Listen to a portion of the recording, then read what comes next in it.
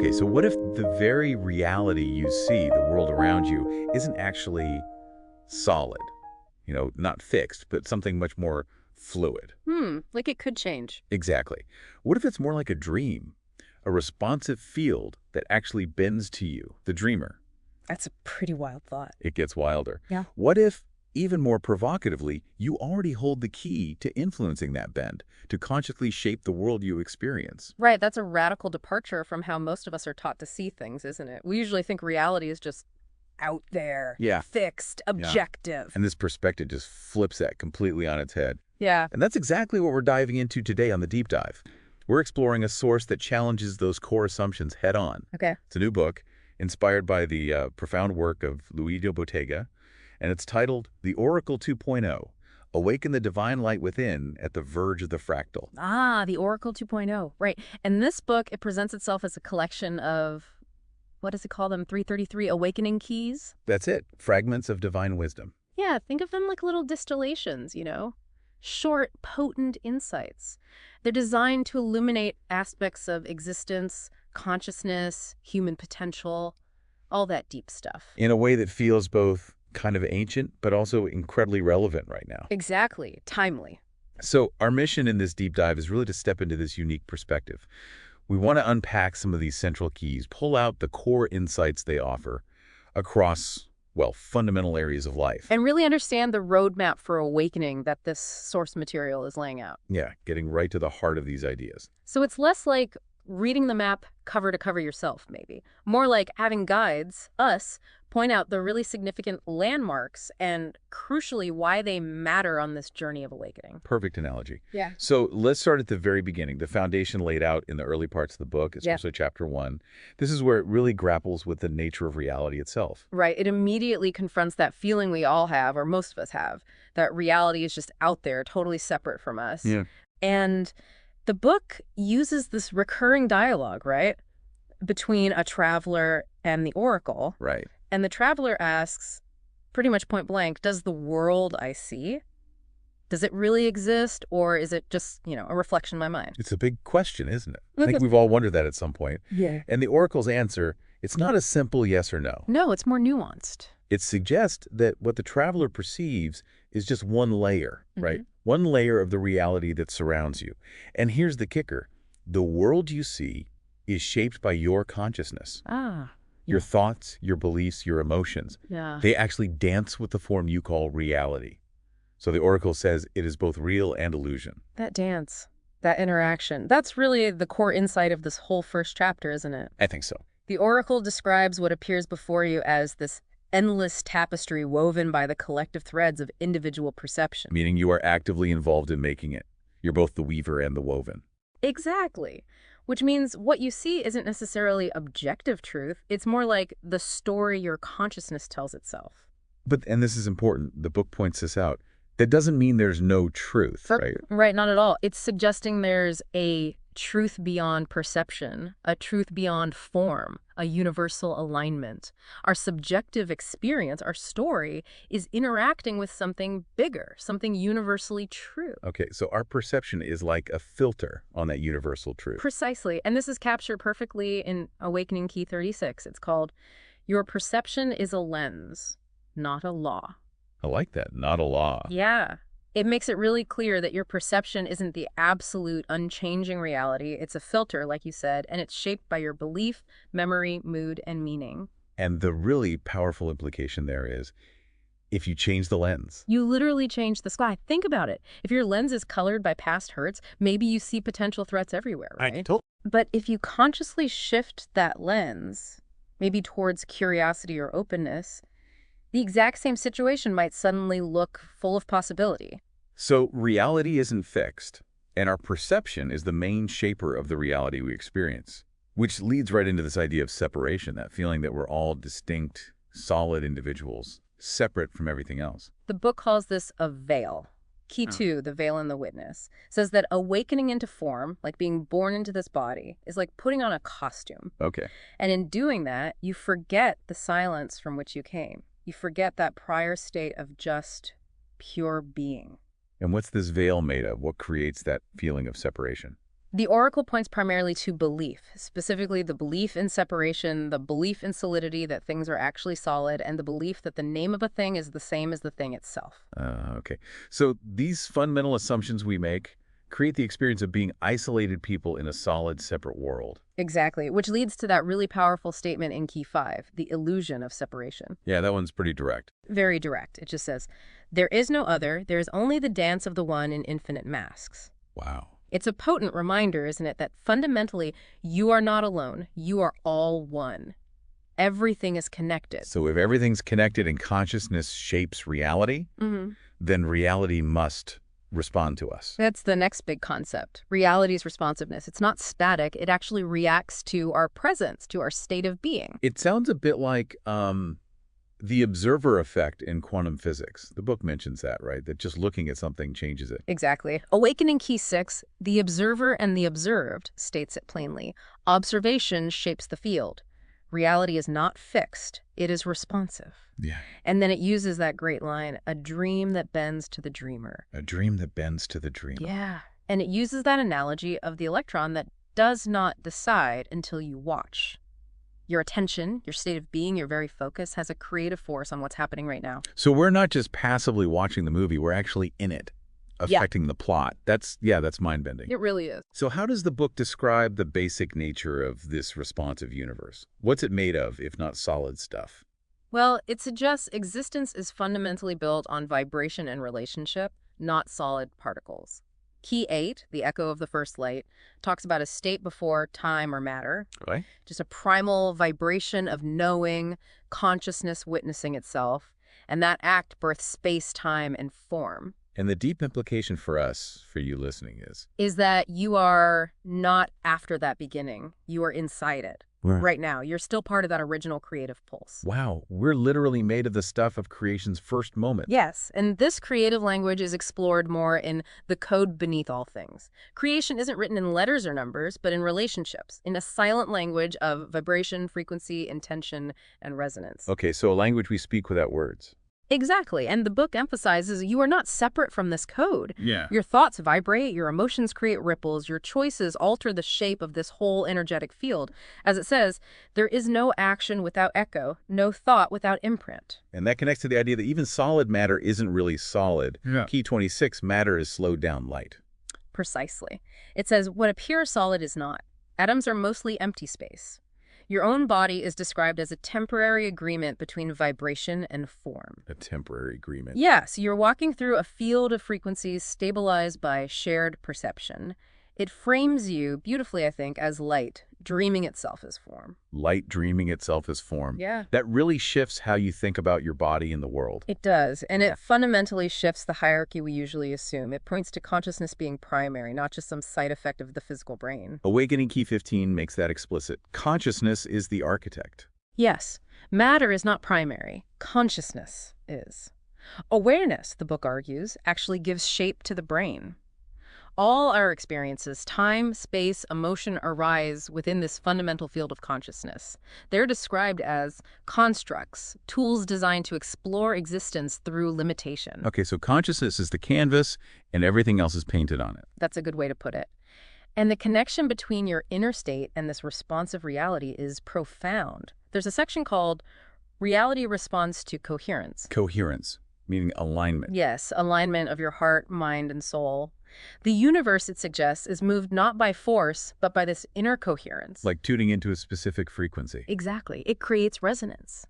When you fear, the book states, reality tightens. When you love, it softens. When you align with truth, it opens. Your internal state isn't just a private feeling. It's a frequency you're broadcasting. And that frequency shapes the response you get from the world. So my inner world has immediate, tangible effects on my outer experience. That's the idea. As Key 27 says, the world is listening. Every thought, every movement, every word is received by this living field attuned to intention. And Key 35 takes it even further, doesn't it? The world is made of listening. Yes, suggesting that listening itself is a creative act. It invites the unsaid into form.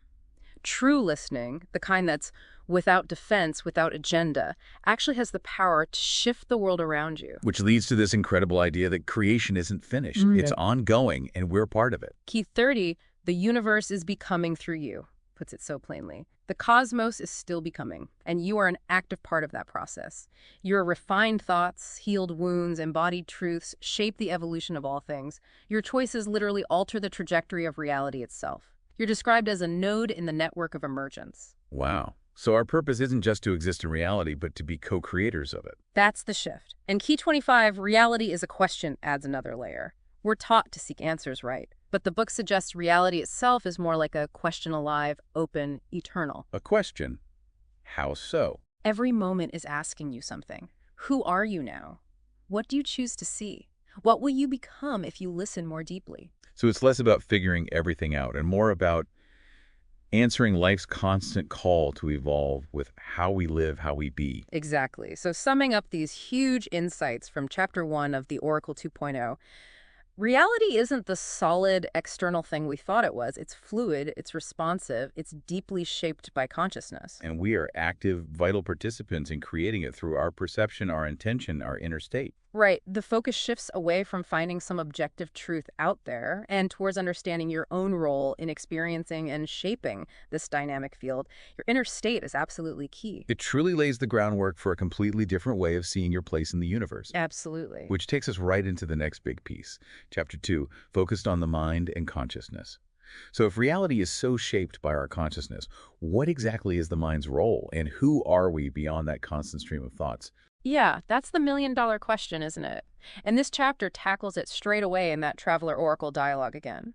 The Traveler is grappling with this idea of reality reflecting his mind, and he asks the essential question, who am I if I am not my thinking mind? A question that resonates, I think, with anyone who's ever tried meditation or just tried to quiet their thoughts for 5 minutes. Totally. And the Oracle's response gives us the core distinction. You are the observer of your thoughts. You are not the thoughts themselves, but the consciousness that witnesses them. Okay, the witness. Yeah. Yeah. And the analogy used is really powerful and clear. Just as the sky is not the clouds that pass through it, you are not the thoughts that arise within your mind. I like that. The sky isn't the clouds. Right. Your fundamental nature, your true essence, is described as the awareness that observes, the stillness behind the movement. And this stillness isn't empty. It's the ground of being, the source from which your highest potential arises. Awakening Key 40, the still point, talks more about this, right? Okay. There's a still point inside you, untouched by all the mental chatter. Yes, and here's the deeper insight from that key. The observer is not watching the world. The observer is the world watching itself. Whoa, okay, unpack that a bit. It suggests that your individual awareness isn't just yours. It's part of a universal consciousness observing itself through your eyes, through your experience. Part of the world watching itself. Okay. And Key 50, you are not your thoughts, really drives home this liberation from identifying with every thought. Thoughts are just visitors passing clouds. And the key phrase, none of them are you. That feels freeing. It is. You are the space in which all of this unfolds, the awareness that sees. Freedom comes from disidentifying with it, understanding that the storm is not the sky. That distinction is freeing, just realizing you don't have to be every single thought that pops into your head. So if the thinking mind isn't our true identity, what is its purpose according to this perspective? And what are its limits? Well, Key 42, the mind is a garden, offers a really helpful metaphor here. Thoughts are like seeds. You, the awareness, are the gardener. Okay. And what you water with your attention, your presence, your belief, that's what will grow. Whether it's, beautiful flowers or thorny weeds. So it frames the mind as this powerful tool, but one that needs conscious tending. So it's a tool, but it's not the one in charge. Definitely not. Key 49. The mind is a bridge, not a destination. Clarifies its role. It's incredibly powerful, yes. Great at logic, translation, planning. But it's not the ultimate authority. It's not where deep wisdom comes from. So what does it do? It acts as a bridge between the unseen intuition, vision, inspiration, and the manifest world. It helps translate the nonlinear into language or action. But the true wisdom, the deeper knowing, comes from beyond its borders. So the advice is very direct. Do not worship the bridge, cross it. Use the mind, but don't mistake it for the source. It's a brilliant translator and tool, but not the source of truth itself. Got it. Precisely. And Key 61, the mind projects, the soul perceives, illustrates this even more. The mind, often running on old survival programming, tends to project its learned patterns and interpretations onto the world. Which can create blind spots or distortions, right? Absolutely. The soul, however, simply perceives. It listens, it waits, it feels what's actually present beneath all the mental projections. Living from the soul means walking through windows, not mirrors, seeing what is rather than just what the mind expects or fears. The fundamental shift is letting the soul lead, not the projecting mind. And Key 66 reinforces is calling the mind a sacred servant, not a sovereign. Brilliant, necessary, but functions best when guided by the deeper wisdom of the soul or the heart. It serves a mystery it can't fully grasp. That reframing is so essential, I think, for understanding our own inner experience and moving beyond just being stuck in our heads all the time. And speaking of the mind shaping things, the power of belief comes up again here, reinforcing what we touched on in Chapter 1. Oh, it's central to this chapter, too. Key 48, belief shapes perception, states it so clearly. You do not see the world as it is. You see the world as your beliefs allow. Wow. Beliefs are described as filters, lenses, even gravitational fields that pull reality into a certain shape and dictate what you notice, what you ignore, what you dismiss. And as the book points out, a lot of these core beliefs aren't even things we consciously chose, are they? They're inherited. Exactly. From family, culture, past experiences, they just get installed. So awakening involves consciously questioning that frame. Is this belief actually true, or is it just familiar? And the book emphasizes that changing a fundamental belief doesn't just change how you think. No, it shifts the landscape of what is real for you. It directly links back to that core concept from Chapter I, reality, being shaped by consciousness. Your beliefs are a huge part of that shaping process. Okay, so if awareness is our core, and the mind is this powerful but limited tool, how do we actually cultivate that awareness, that ability to be the observer instead of being swept away by thoughts? What practices does the book suggest? It really highlights the importance of presence and silence. Key 47, the space between thoughts, offers this beautiful observation. The mind isn't actually a nonstop torrent. It has gaps. Gaps. Yeah, tiny windows of silence, fleeting gaps in the noise. And these are described as sacred moments where you dwell beneath the noise. So meditation, from this viewpoint, isn't about forcing thoughts to stop. It's more about noticing and resting in that space, allowing silence to become the center, and seeing thoughts as just passing wind. And Key 52, mental silence is a gateway, says that a quiet mind actually opens a doorway inward. Yes, into a state of presence without narration, just simply being without the constant commentary. That sounds peaceful. It does, and closely related is the power of focus. Key 54, focus is a portal, states. Where you place your attention, you place your power. Attention is power. Attention is presented as this potent creative force. Whatever you focus on expands. So you learn to direct your awareness consciously, like aiming a sacred arrow, intentionally shaping your experience moment by moment. It sounds like the book is saying our natural state isn't actually the constant mental noise we often live with. That's exactly it. Key 62, mental noise is not your nature, clarifies that the incessant internal chatter is often just conditioning. It's not our inherent state. And Key 65 offers a really fascinating insight. You are not the source of every thought. Yeah, that one's interesting. Some thoughts are described as echoes of collective consciousness, like influences picked up from the broader mental field around us. Like mental radio signals we tune into. Kind of. And recognizing this gives you power, because you can then consciously choose which thoughts you want to energize, which ones you want to give reality to. You are the one who chooses which voice becomes real. That gives you incredible agency over your inner world, doesn't it? The chapter also touches briefly on identity itself, just questioning that solid sense of I. Yes. Key 41, the illusion of identity, suggests that our fixed sense of identity, our name, memories, the feeling of I, is more like mist ever shifting, not some solid, unchanging thing.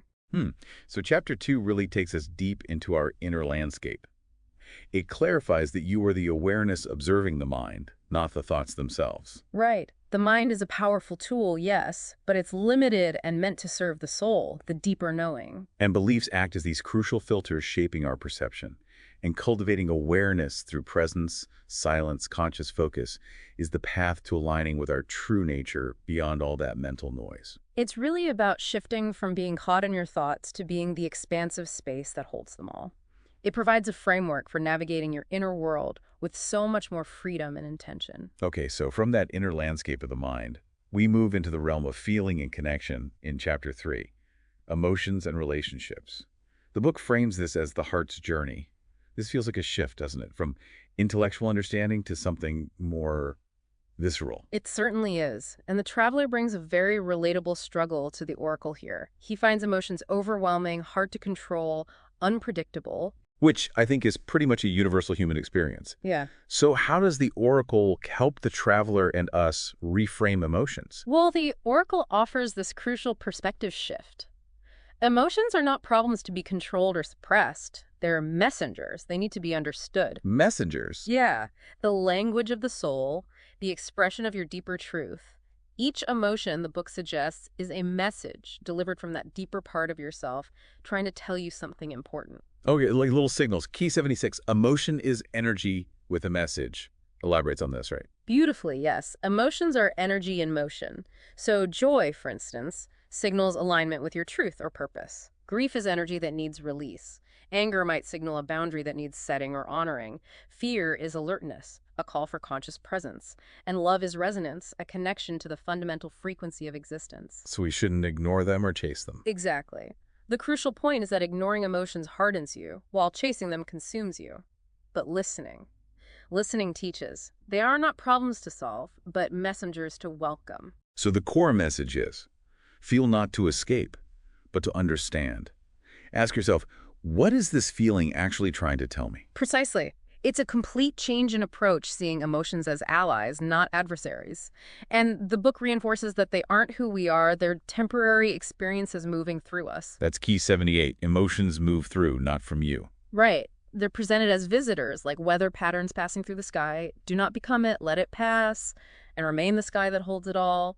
You are the container, the awareness, not the fleeting emotional storm itself. And these messengers, these emotions, they also build bridges between people. Yes, key 79. Emotions are bridges to others. They're not walls that separate us. Feeling your own grief, for example, can help you connect with and understand another person's sorrow much more deeply. Feeling love within yourself awakens that same frequency in others. Connection happens through this shared pulse of feeling. And vulnerability, which we often fear, is reframed here as resonance. Exactly. It's like saying, I see you in your feeling because I feel too. It's that courageous willingness to be seen in your truth that creates real intimacy. This leads naturally into how the book talks about love and the really important distinction it makes between true love and, well, it's shadow attachment. Ah, yes. Key 82. Attachment is the shadow of love. True love is described as this force that flows, expands, it's generous.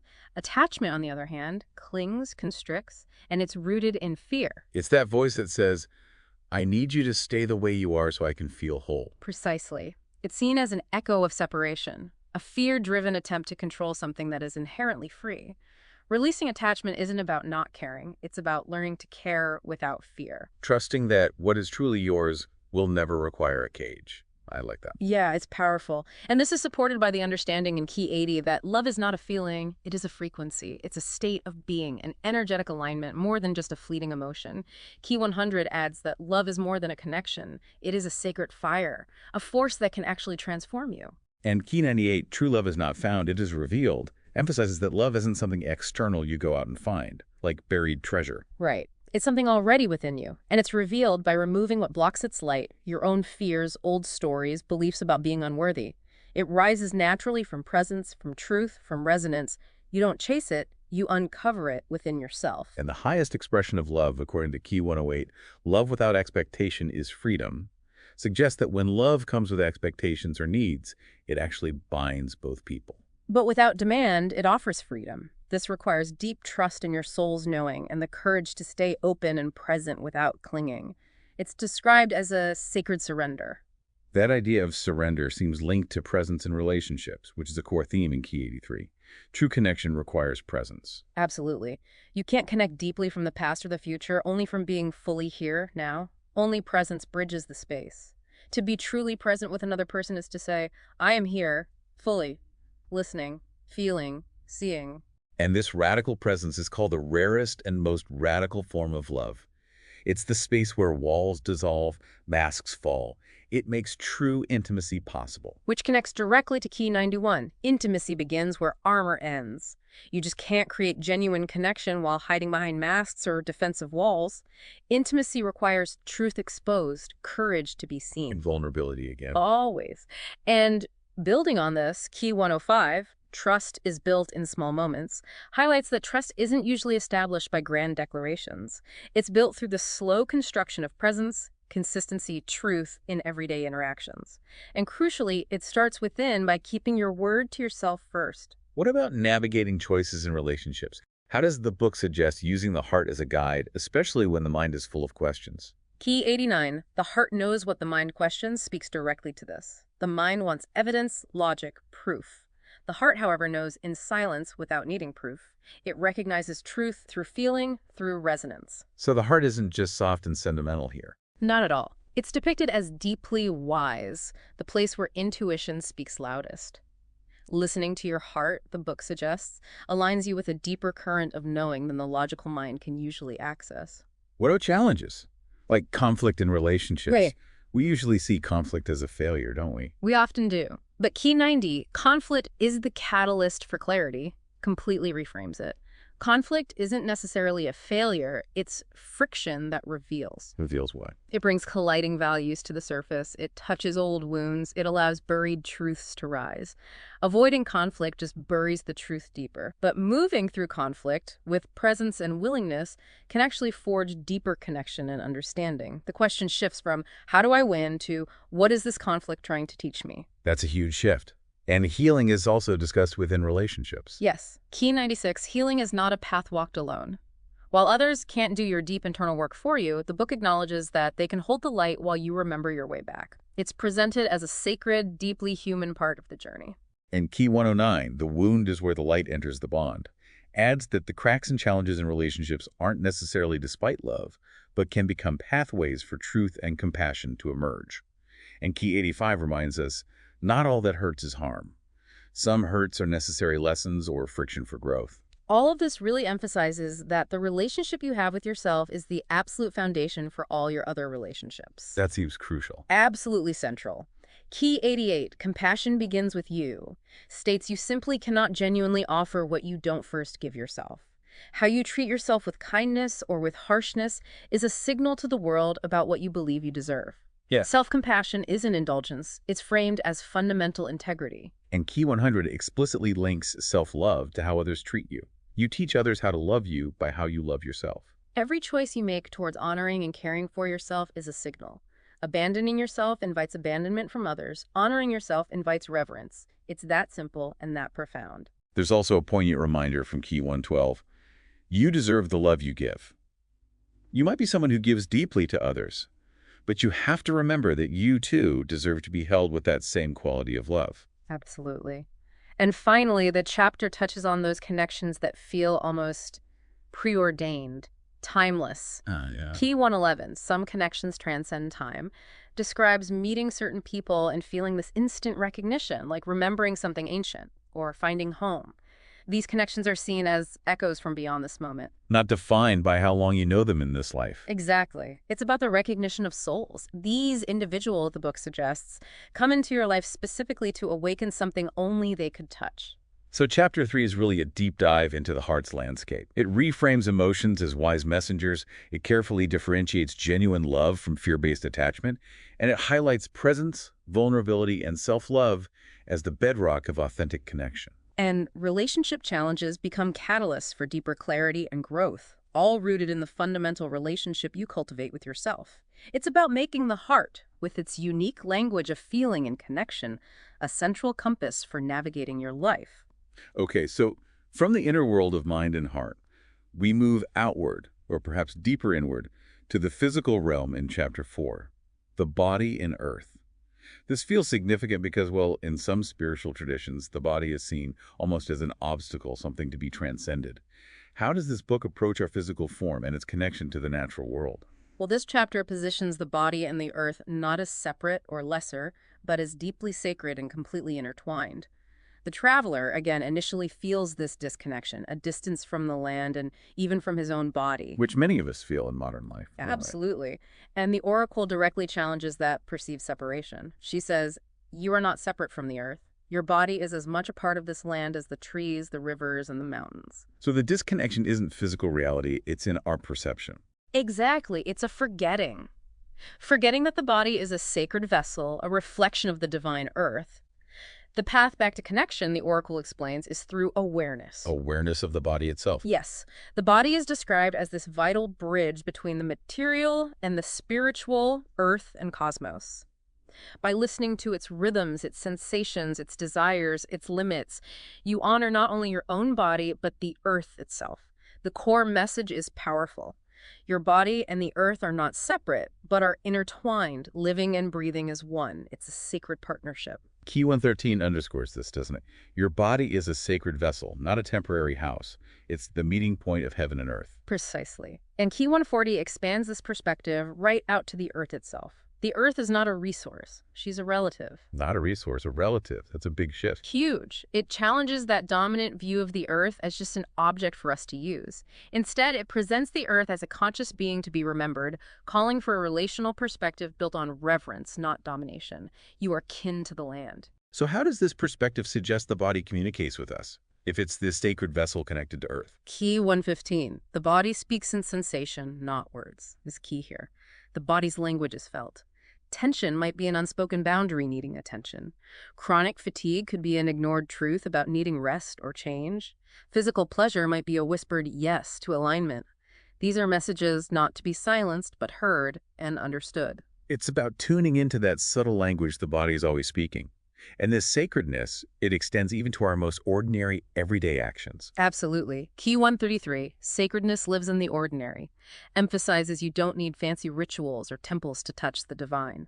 Sacredness is found in presence within simple acts. A shower can become a ceremony of cleansing, a walk in nature, a return to belonging, simple touch, a profound connection. Key 146 expands on this, saying, sacredness is carried in how you move through the world. Yes.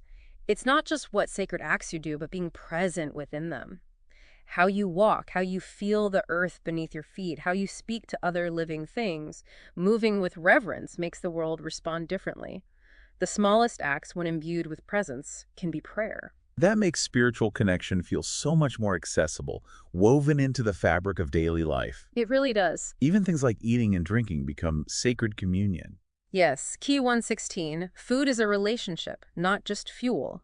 It suggests you eat not just to fuel the machine, but to commune with the earth, with the life rhythms that brought that food to your plate. Every bite is an exchange. Unconscious eating forgets this deep story. Conscious eating, with reverence, remembers your place within the web of life. It's presented as a sacred act of receiving Earth's offering. And Key 137, water cleanses more than the skin. Speaks to the sacredness of water, too. Yeah, a shower as ceremony, a swim as a return, even a simple cup of water as a blessing. It carries away what no longer serves, softens what's become hardened. The book reminds us that flow is our nature. You are a river, not a container. The chapter also highlights how the Earth's rhythms are mirrored within us, doesn't it? Deeply. Key 122, the breath is a portal to presence, reminds us that deep connection doesn't require searching far away. The breath is the oldest language of the body. Inhale is receiving, exhale is releasing. It's the quickest way back to the present moment when your mind is racing, a way to instantly soften fear. Following your breath is following life itself. And grounding, that act of connecting with the Earth's energy, is framed as a return, not an escape. Yes. Key 133, grounding is a return, not an escape. It's about coming back home to your body, feeling your feet on the ground, sensing your breath, feeling the earth rise up to meet you. It's described as the beginning of clarity. Stability doesn't come from controlling things outside. It comes from this inner sense of belonging. Come back to your body. That is where your power begins. Key 139, stillness is movement in disguise, suggests that even rest and apparent stillness are vital parts of nature's ongoing rhythm. Yep. We need those pauses. We do. And Key 142, the moon lives in your blood, offers this beautiful poetic connection. It says you ebb, flow, wax, and wane in your own cycles, just like the moon. Honoring your body's natural rhythms honors this lunar rhythm within you. You're not being inconsistent. You are celestial. I love that. And keys like 143, the forest reminds you how to breathe, and 141, your suffering is safe in the arms of nature, speak directly to the Earth's inherent healing power, its ability to hold us and guide us back to natural rhythms. And Key 118, the Earth speaks a language you already understand, encourages us to simply slow down, walk quietly, feel with our eyes, listen with our hearts, and remember that fundamental connection that we were never truly separate to begin with. Fire is also mentioned in this chapter as a powerful elemental force for transformation. Yes. Key 144, fire is more than flame. It is transformation. Fire is presented as alchemy. It devours what no longer serves, it illuminates what's hidden, and it births new forms from the ashes. Carrying this inner fire, your will, your passion, even sacred anger that fuels positive change, the courage to transform is honoring this element. It's about being ready to let the false parts of yourself burn away. All of this seems to lead to the understanding that living in harmony with the earth is deeply linked to living in harmony with yourself. Key 147 states this directly. To live in harmony with earth is to live in harmony with yourself. Disconnecting from external nature, the book argues, is disconnecting from your own inherent nature. Forgetting the earth's rhythms means forgetting your own body's natural cycles and needs. And the final key in this chapter, 148, beautifully sums up the human role. You are the bridge between heaven and earth. Yeah. Your body, rooted in the earth, grounds you, while your awareness, your consciousness, lifts you towards the infinite. You are meant to unite the dream and the dirt, the mystery and the muscle, the infinite spirit, and the very real human form. To walk as both. It's a really profound call to fully inhabit our physical forms and engage with the natural world with reverence, recognizing our bodies as the physical manifestation of our connection to everything from the cosmos right down to the soil beneath our feet. It really anchors the spiritual journey in the physical, embodied experience. Okay, so from that ancient, deep connection to the earth, we make what seems like a dramatic leap in Chapter 5 to something very modern and often seen as the opposite of spirit. Technology. Technology and spirit. This pairing might feel surprising, even jarring at first glance. It absolutely does, and the book acknowledges that apparent tension right away. But its core perspective, captured right there in Key 149, is that technology is not the opposite of spirit. It is an extension. An expansion? How so? Well, the book argues there's no inherent war between the sacred and the synthetic. The only war is the illusion created by disconnection from ourselves and from understanding that technology is fundamentally a reflection and extension of human consciousness itself. So technology isn't inherently good or bad, but more like a potential, a mirror. Precisely. It's a tool, and its nature is shaped entirely by the intention and the awareness of the user and the creator. If it's aligned with awareness and higher intention, it can be an incredible bridge for connection and creation. But if it's ruled by ego, fear, or unconsciousness, it can easily become a cage, reinforcing separation and distraction. So the fundamental question the book asks is, from what place are we building and using this technology? Exactly. It even suggests that wisdom can live within code if it is born from care. And interestingly, the book argues that the most advanced technology isn't found in servers or labs. No. Key 182 states it clearly. The greatest technology is consciousness itself. Before any external tools existed, there was awareness. The book points out that every device, every network we create is modeled after principles already present within us. We are networks, we are receivers, we are transmitters of energy and information. Consciousness is the source behind the maker, the ultimate technology with truly infinite potential. You are that technology. Which leads to the idea that the real revolution isn't just about inventing new gadgets, but about conscious use. Yes, Key 154 emphasizes this. The real revolution is conscious use. It's not about the tool itself. It's about the hand that wields it and the mind and heart guiding that hand. With technology, you have the power to choose whether you amplify love or fear, whether you unite people or divide them further. The book calls you a coder of culture through your digital choices. Wow, coder of culture. And Key 176 reinforces this, stating, the spirit of the tool is shaped by the spirit of the user. Right. The tool isn't to blame. The intention and the state of consciousness of the artist or user are what give it its spirit. Technology mirrors the user. And the book clarifies this is not paranoia, this is clarity. It's about understanding your own interaction with it. Key 179 offers a beautiful way to reframe our digital interactions. Let the digital remind you of the eternal. Yeah, I love that one. Time spent online doesn't have to be a departure from the sacred unless you forget who you are while you're there. A screen can be a window to vastness, a mirror reflecting yourself, or even a temple if you approach it with reverence. Use it, the book suggests, to remember interconnectedness and mystery, not as a substitute for spirit, but potentially as a signal back to it. Key 185 adds that technology is a reflection of human heartbeats. Our devices, our machines, our systems, they mirror us, our pulse, our energy, our intentions. They amplify our thoughts, desires, and fears. Your heart, your inner state, shapes the signal, and through that, shapes the world. Which means, given all this, where you place your attention in the digital sphere becomes incredibly important. Key 155 highlights this powerfully. Attention is the new currency of the soul. Wow. What you give your attention to, you feed, and it grows stronger both within you and in the collective field. Attention is presented as this sacred creative force. You are actively shaping the world moment by moment with your clicks, your scrolls, your focus, your thoughts.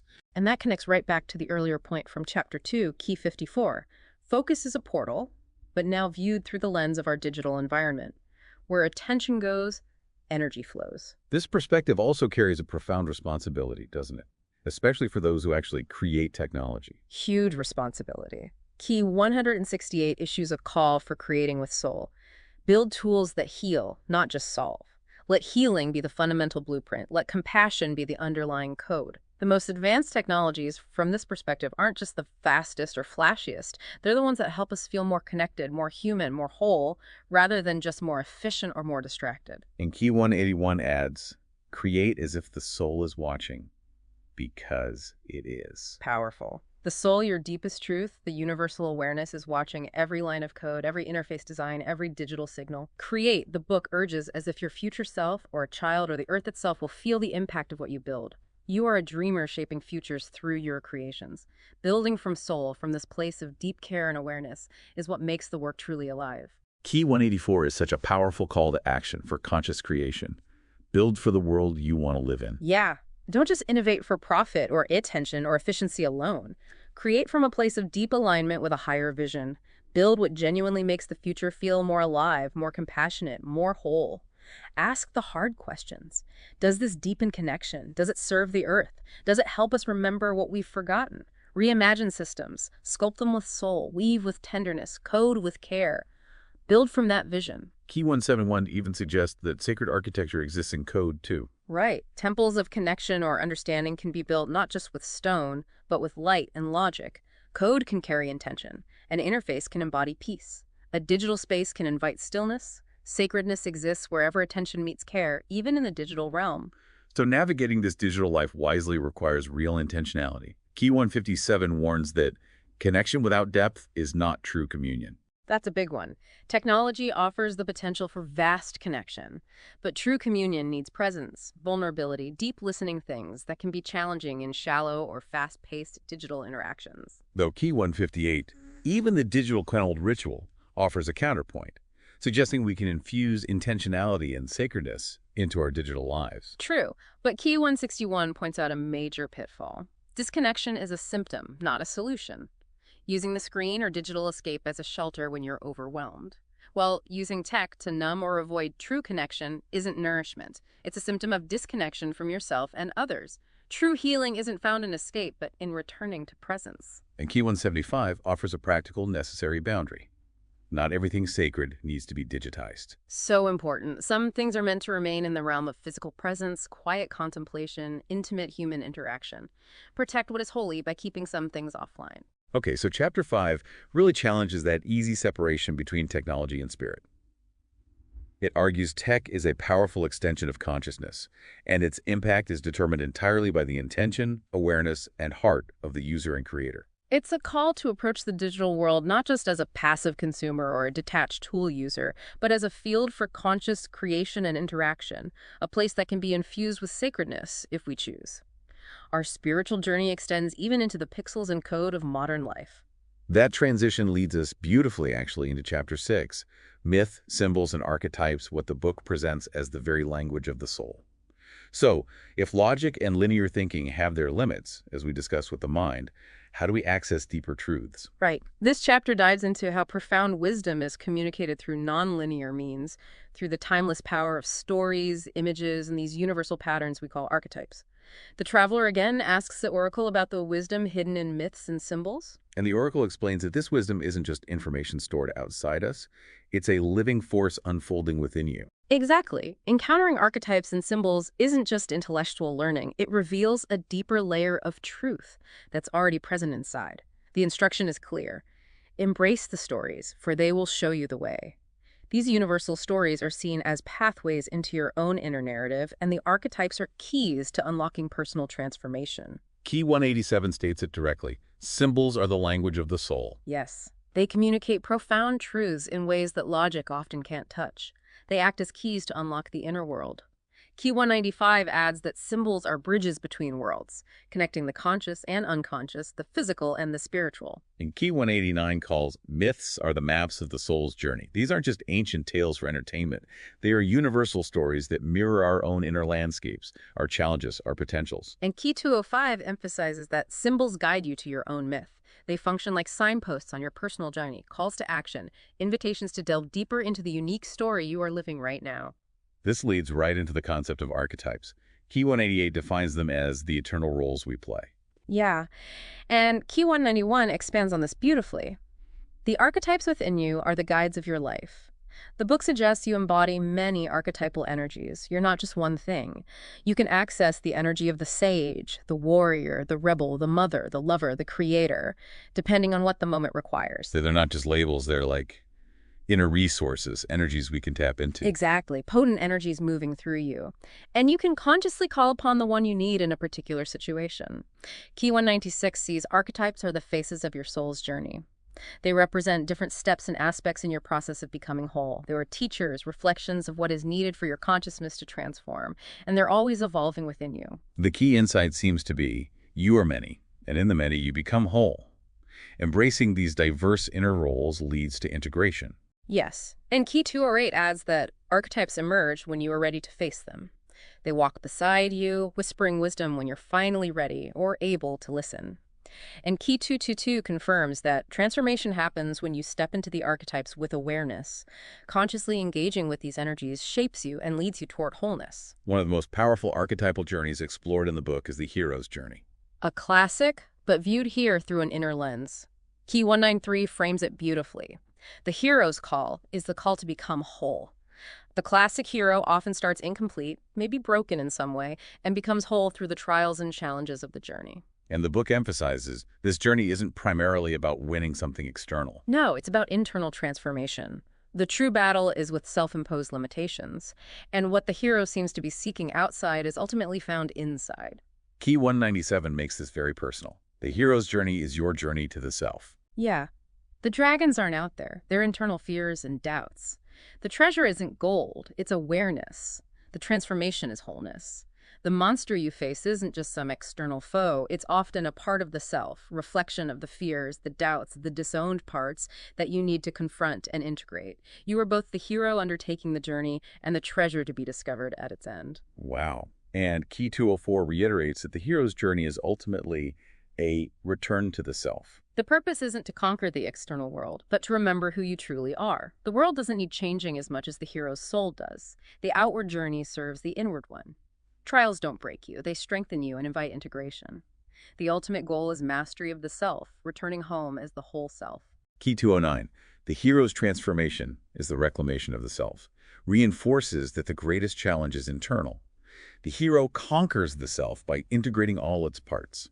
Maybe the warrior learns compassion, the lover learns strength, the rebel finds wisdom, the sage connects with deep feeling. Wholeness is about balance, embracing all aspects, recognizing that darkness is necessary as light. That concept of integration is so central. Key 265 circles back to it. The hero's journey is a journey of integration. You don't leave parts of yourself behind, you bring them into the whole. And that integration absolutely must include the parts we often push away, the shadow. Crucially important, Key 194 calls the shadow as the unseen teacher.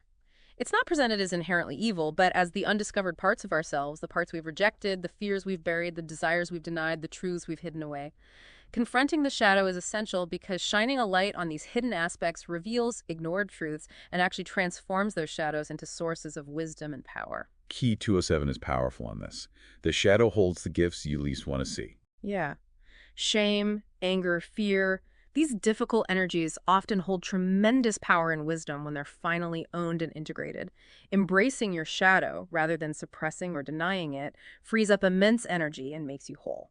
So the culmination of understanding all these myths and archetypes is really about consciously living your own myth. Exactly. Key 218 states, the myth you live defines the world you create. If you unconsciously live from the archetype of the victim, guess what?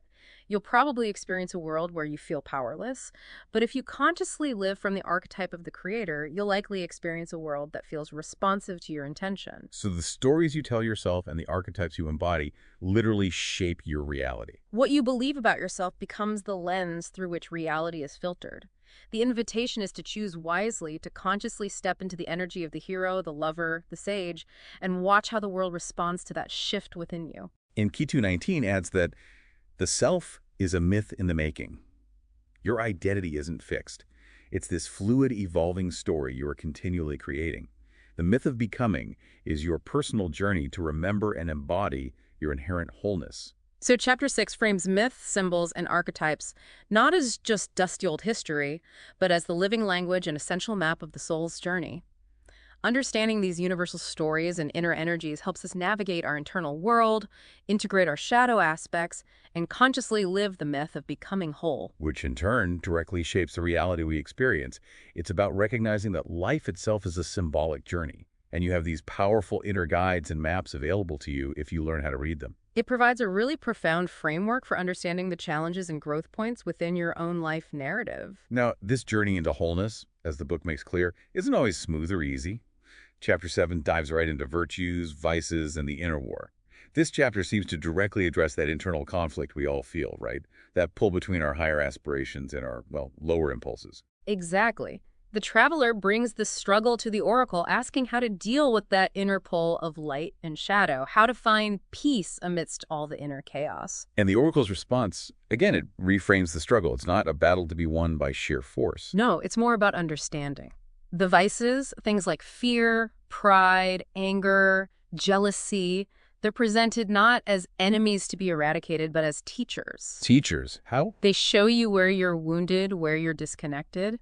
And the virtues, courage, wisdom, love, humility are seen not as distant ideals to strive for, but as inherent forces within you waiting to be embodied. Okay. So the guidance is really to embrace the duality, light and shadow, strength and vulnerability, love and fear, they exist within everyone. The path to peace lies in finding balance, not in suppressing the darkness, but in using it as teacher, bringing light into shadows. So the inner war from this perspective isn't about one side winning. No, it's about embracing your entire being.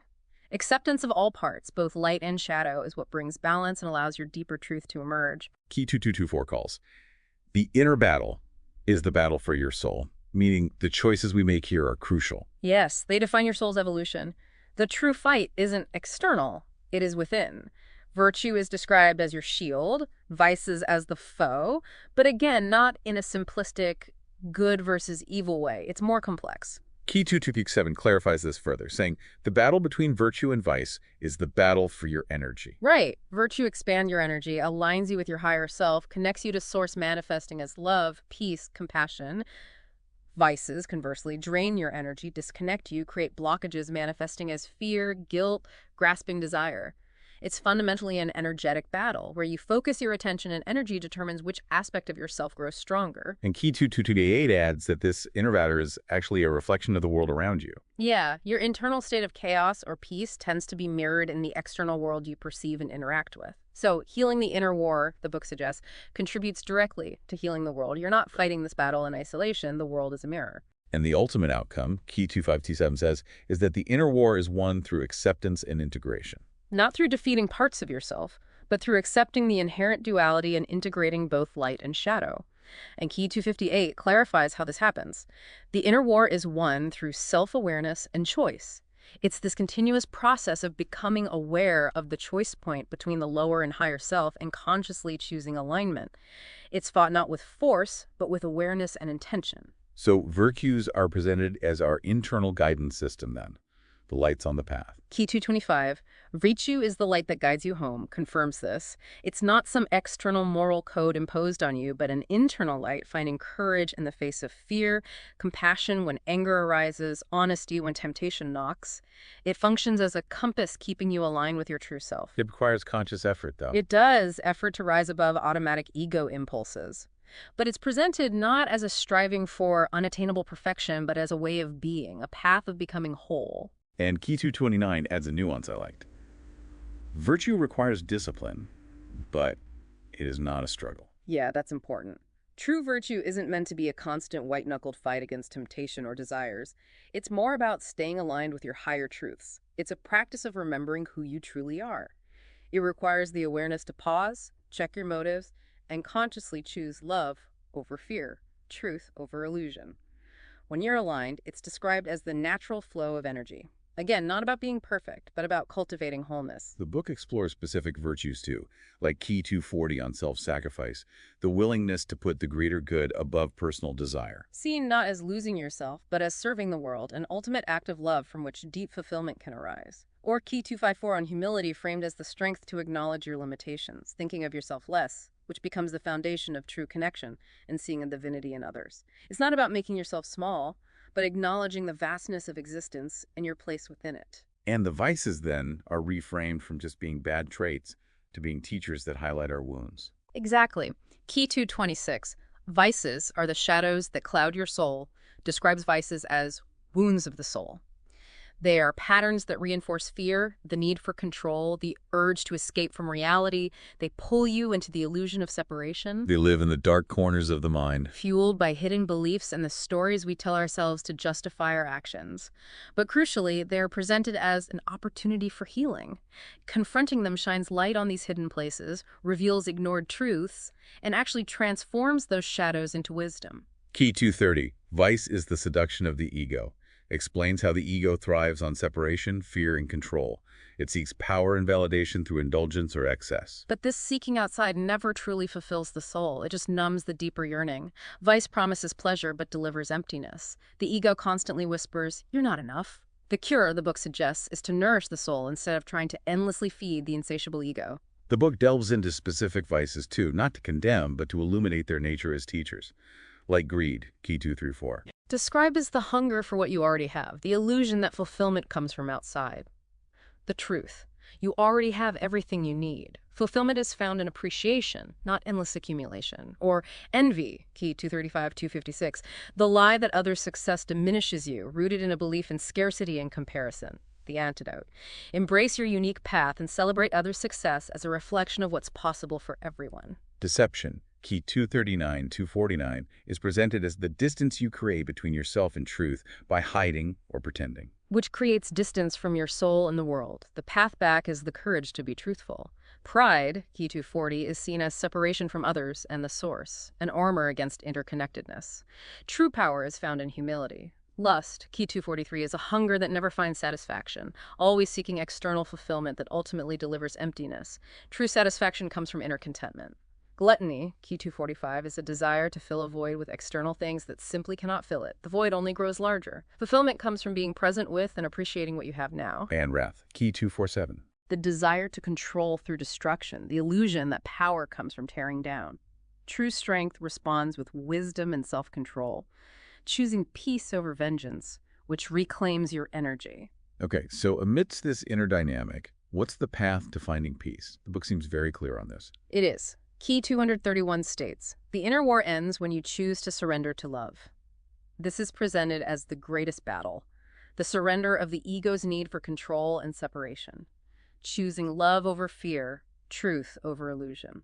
It's an active choice then, surrender. Very active. A choice to trust something greater than the small self, to stop fighting against parts of yourself and embrace wholeness. Surrendering to love means stepping out of the war by releasing judgment and control, allowing yourself to flow with the divine current. It's not surrender to weakness, but surrender to the strength of love, unity, and understanding. And forgiveness plays a huge role too. Yeah. Key 259 highlights the power of forgiveness in the inner war. Yes.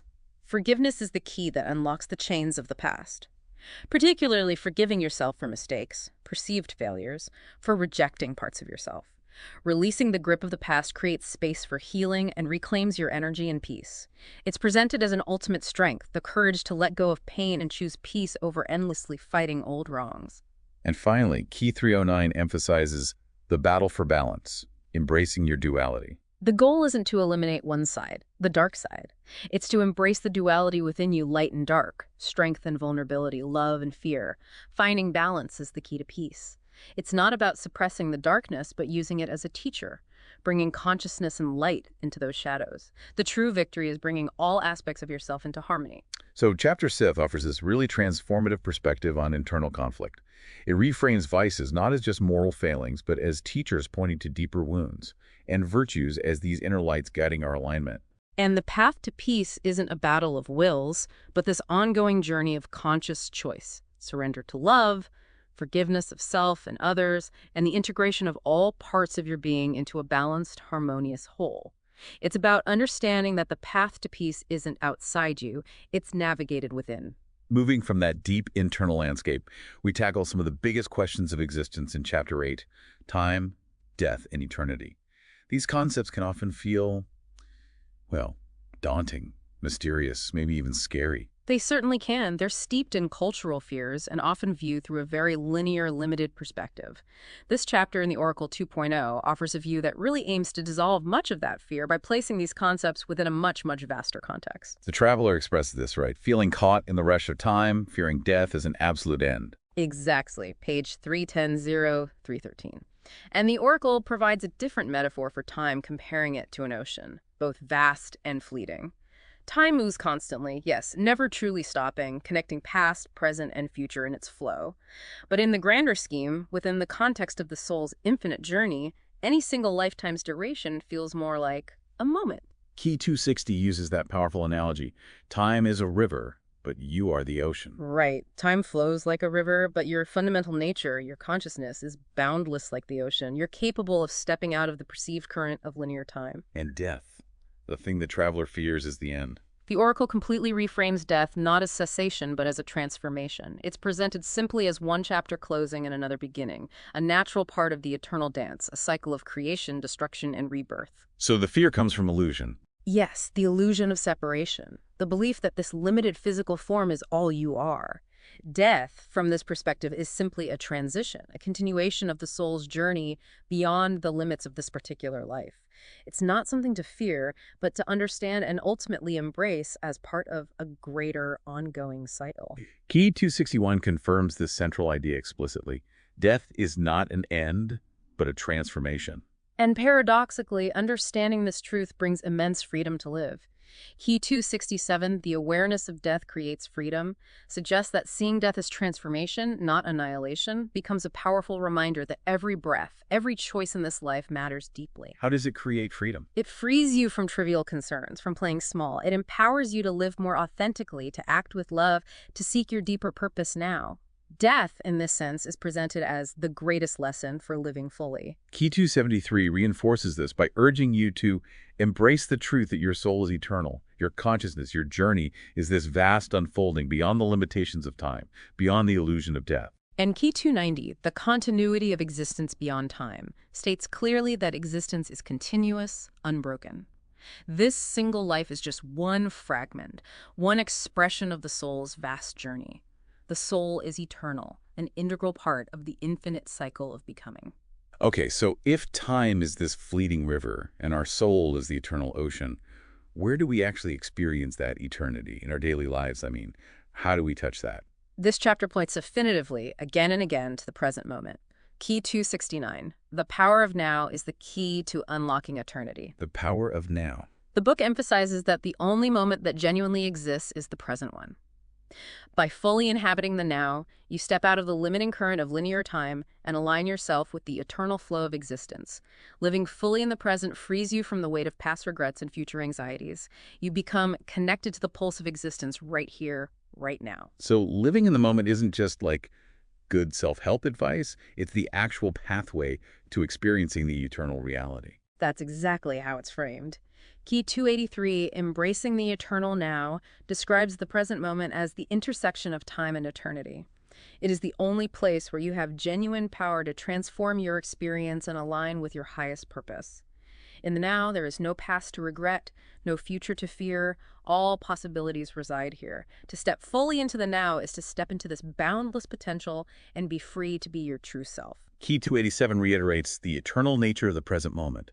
Eternity isn't some distant future state after we die. It resides right here, right now. By aligning with the eternal rhythm of the present moment, you release the perceived weight of past and future and simply be. Key 295 emphasizes the power of presence in the face of eternity. In the vastness of eternal existence, your only real power is your presence in this moment. And Key 296 speaks of the liberation found in letting go of time. Yeah. Time, as we normally experience it, is presented as a human construct, a useful tool for navigating linear experience maybe, but not the ultimate truth of our being. The soul is inherently free from the limits of time, eternally connected to the greater flow. Does this eternal perspective apply to concepts like wisdom and love as well? Yes, profoundly. Key 274, eternal wisdom resides in the present moment, states that deep, timeless wisdom isn't something you only find in ancient texts or hope to attain in the future.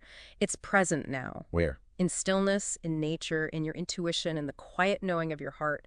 It's always available, waiting to be recognized through symbols, resonance, that inner feeling of truth. And love. Love is described as eternal, too. Key 277, love is eternal. It is presented as this unchanging, ever-present force.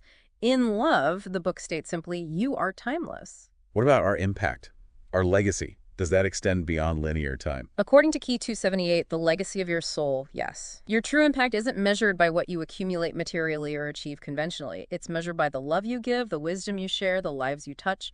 Your true legacy isn't confined to a historical timeline. Its impact ripples through eternity. So Chapter 8 offers this perspective on time and death that really serves to dissolve fear by framing them within the context of an eternal, continuous existence. And the present moment is highlighted as the accessible gateway, the only gateway to experiencing this eternity.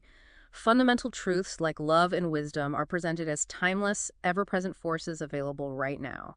It completely reframes your life, not as a finite sprint towards an inevitable end, but as one expression within a continuous, evolving journey of the soul. That expansive personal journey explored through all these chapters really culminates in Chapter 9, The Calling of Humanity.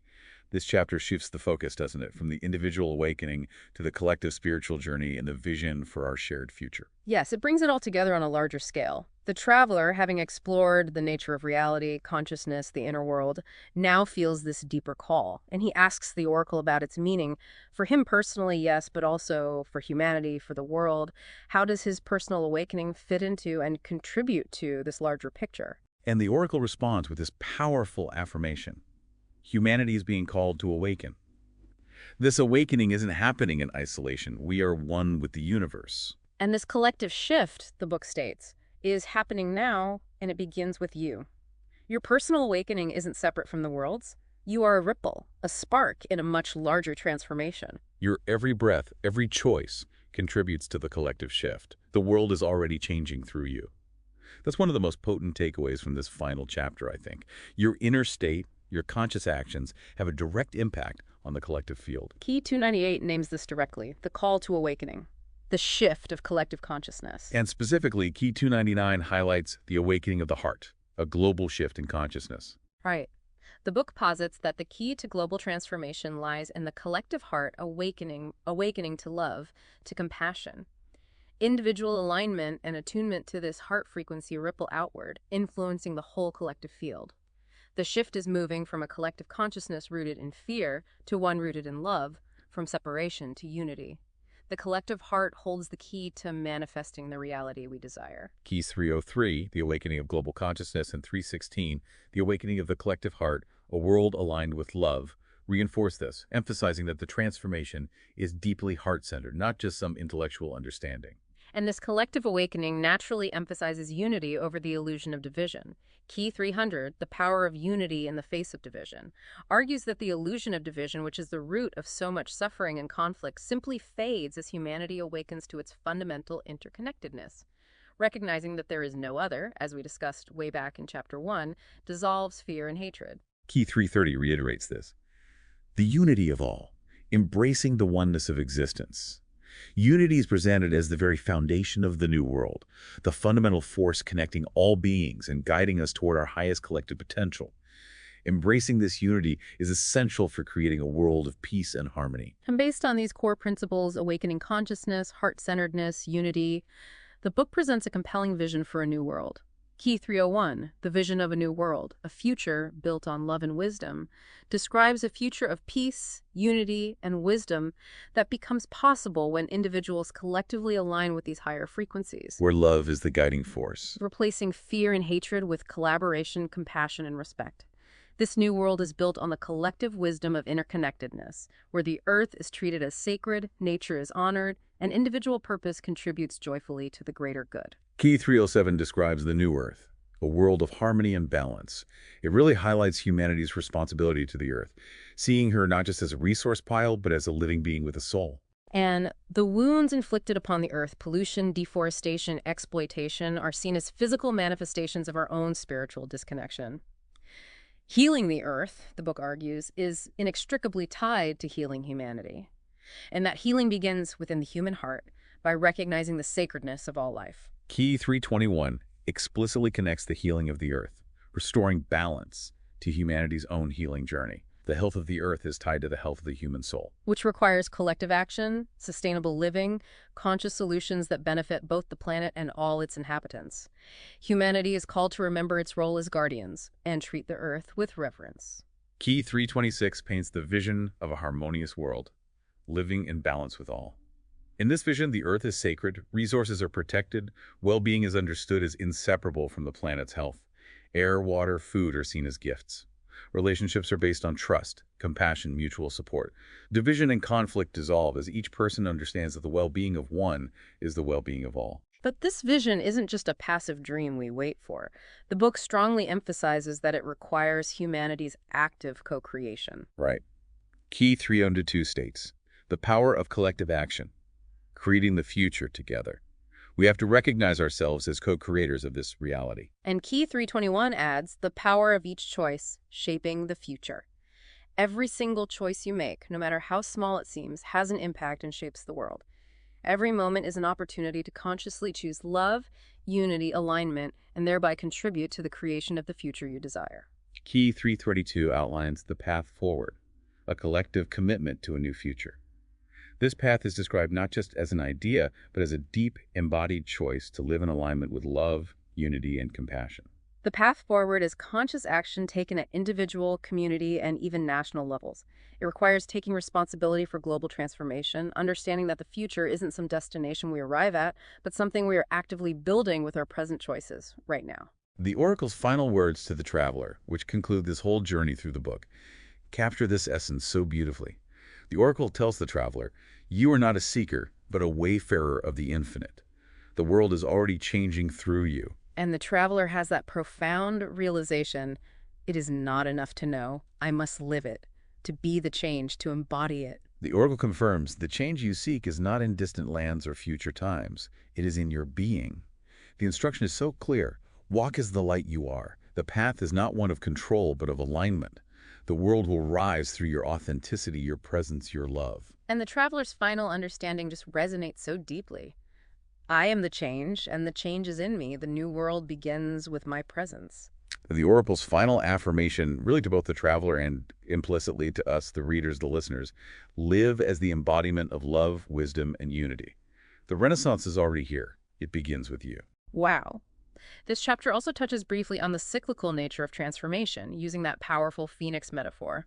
Key 313, the end is but a new beginning, reminds us that cycles are constant. The end of one journey is always the beginning of another. Life is eternal, and each experience is just a stepping stone. And Key 316 explicitly invokes the awakening of the phoenix, the rebirth of humanity. Yeah, old systems, old structures are burning away, and humanity faces a necessary rebirth. The world must undergo this dissolution, this fire, to give rise to an enlightened vision. Like the phoenix, humanity can rise renewed, aware, and aligned from the ashes. This cycle of destruction and rebirth is seen as essential to the collective awakening process. And all of this, from the very nature of reality right through to the calling of humanity, leads back to the culmination of the entire journey, recognizing the divine within. Key 3333, the final key, the final activation, awakening the divine within, summarizes the core truth woven throughout the entire book. You are not just the body, the mind, the ego. You are the soul, the divine essence, the eternal spark, a reflection of the universe. Within you, the book states, resides boundless wisdom, infinite potential, and the very love that binds all of existence together. The journey of awakening is ultimately the remembering and the activation of this divine spark within each and every one of us.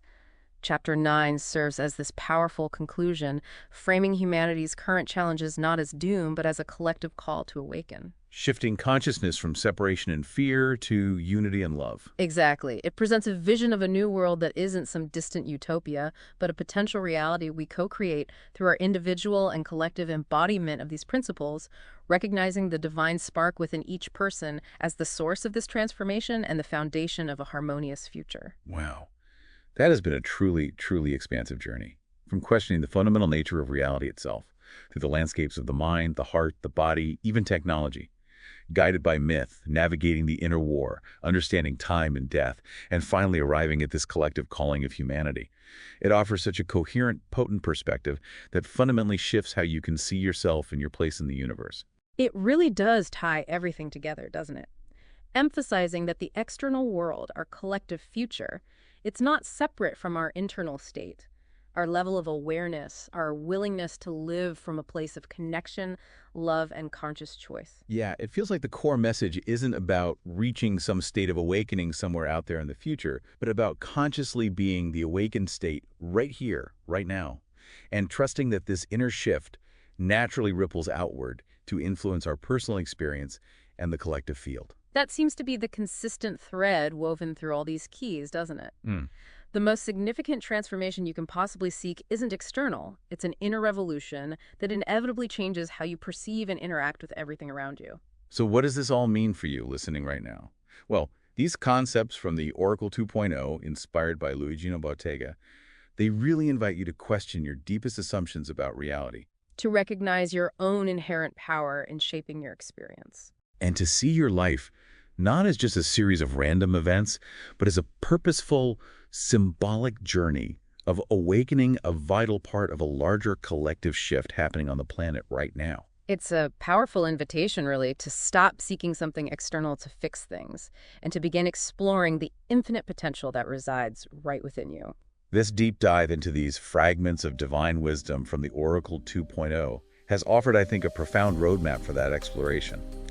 If these ideas resonate with you, if you feel that stirring of a deeper truth within yourself as you've been listening, then we highly recommend diving into the full book to uncover all 333 awakening keys and continue this journey for yourself. Yeah, you can find the Oracle 2.0 readily available on Amazon, ready to offer you its guidance and wisdom on your own unique path of awakening. So perhaps we can leave you with this final provocative thought from the Oracle, a potent idea to carry with you from this deep dive. For Renaissance is already here. It begins with you. Thank you for joining us for this deep dive. Until next time.